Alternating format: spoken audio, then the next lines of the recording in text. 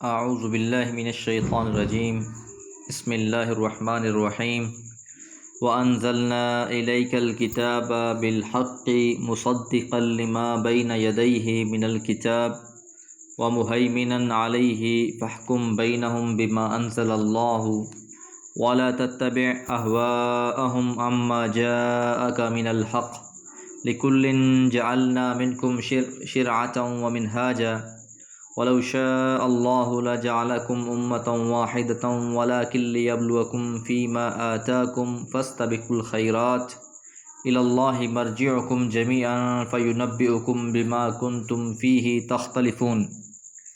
سورۃ المائدہ آیت نمبر 48۔ وَأَنزَلْنَا اور ہم نے نازل کیا، الیکا آپ کی طرف، الکتاب کتاب۔ پہلے تورات کا ذکر ہوا، انجیل کا ذکر ہوا کہ ان کو نازل کرنے والا بھی اللہ تعالیٰ، ان میں بھی ہدایت اور نور، اور اب خطاب رسول اللہ صلی اللہ علیہ وسلم سے کہ اس قرآن مجید کو بھی نازل کرنے والے ہم ہی ہیں بالحق کے حق کے ساتھ۔ تو پچھلی آیات میں انجیل کے اوصاف بیان کیے گئے، اہل کتاب کو ان پر عامل نہ ہونے کی وجہ سے کافر، فاسق اور ظالم قرار دیا گیا تھا۔ اب اس آیت میں قرآن مجید کی توصیف بیان کی جا رہی ہے اور آپ صلی اللہ علیہ وسلم کو مخاطب کر کے قرآن کے فیصلے کے مطابق مہیمن قرار دیا گیا ہے۔ مہیمن کا لفظ و تزی معنی محافظ اور نگران کے ہیں۔ تو حقیقت یہ ہے کہ یہ جو کتاب ہے یہ قرآن پاک سابقہ کتابوں کا محافظ ہے، اس لیے فرمایا مصدقاً، یہ تصدیق کرنے والا ہے، لما بین یدیہ، جو ان کے سامنے ہے۔ یعنی آج امت مسلمہ تورات کو الہامی کتاب مانتی ہے، انجیل کو الہامی کتاب مانتی ہے، تو اس کے ماننے کی وجہ یہ ہے کہ اس کی تصدیق قرآن مجید سے اور رسول اللہ صلی اللہ علیہ وسلم کی زبان اقدس سے ہو چکا ہے، اس لیے اس پر ہمارا ایمان ہے۔ تو اس لیے کتاب قرآن مجید جو ہے یہ سابقہ کتابوں کی محافظ بھی ہے۔ ہدایت کے جو علوم، معانی اور مضامین پہلی کتابوں میں تھے وہ سب کمال امانت کے ساتھ بیان کر دیے گئے ہیں، یہاں تک کہ یہودیوں کی طرف سے جو تحریفات اور غلط تعبیلات کی گئی تھیں ان کو بھی قرآن مجید نے بیان کیا۔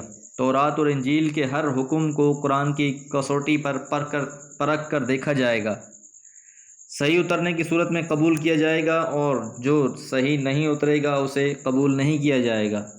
تو اس لیے فرمایا من الکتاب، کتاب میں سے، ومہیمنا، اور وہ نگران ہے، محافظ ہے، علیہ، اس پر، فاحکم، پس آپ فیصلہ کریں، بینہم، ان کے درمیان میں، بما انزل اللہ، جو نازل کر دیا ہے اللہ تعالیٰ نے۔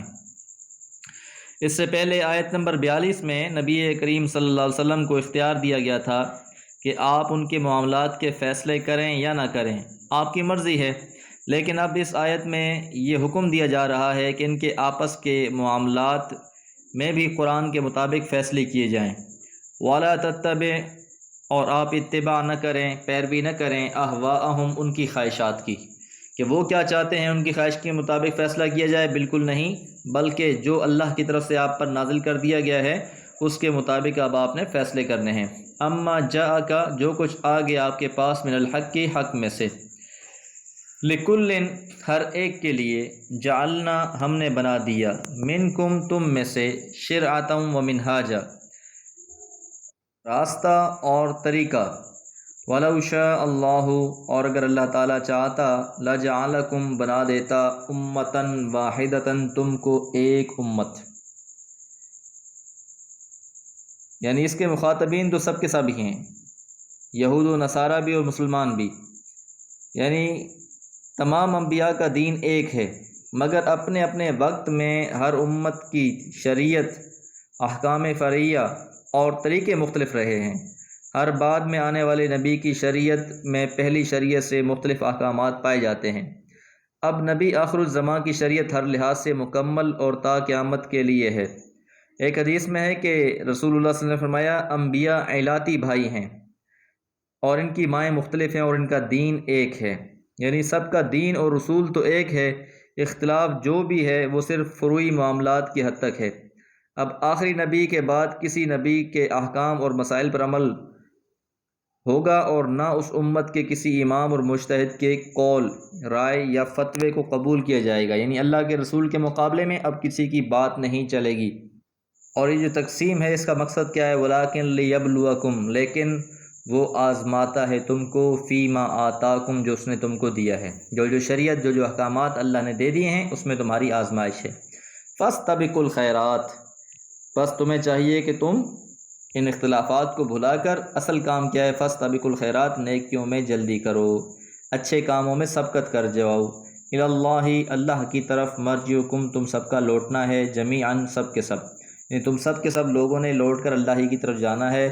فَيُنَبِّئُکم، پھر وہ تم کو خبر کرے گا، بِمَا کُنتُم، جس میں تم فیہ تختلفون، اختلاف کیا کرتے تھے، یعنی جن معاملات میں تمہارا آپس میں اختلاف تھا، اب ان اختلافات کو اللہ تعالیٰ واضح کر دے گا۔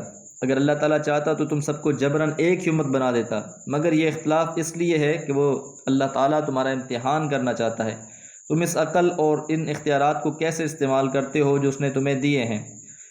اور فَاسْتَبِقُوا الْخَيْرَاتِ سے اشارہ ہے کہ خام خواہ کی کج بحثیوں کو چھوڑ کر ان نیکیوں کو اختیار کرنے کی کوشش کرو جو آخرت میں تمہارے کام آنی ہیں۔ اللہ سے دعا ہے اللہ تعالیٰ کثرت سے نیکیاں کرنے والا، اور ان نیکیوں کو اللہ تعالیٰ اپنی بارگاہ میں قبول فرمائے۔ وما علیہ الا البلاغ۔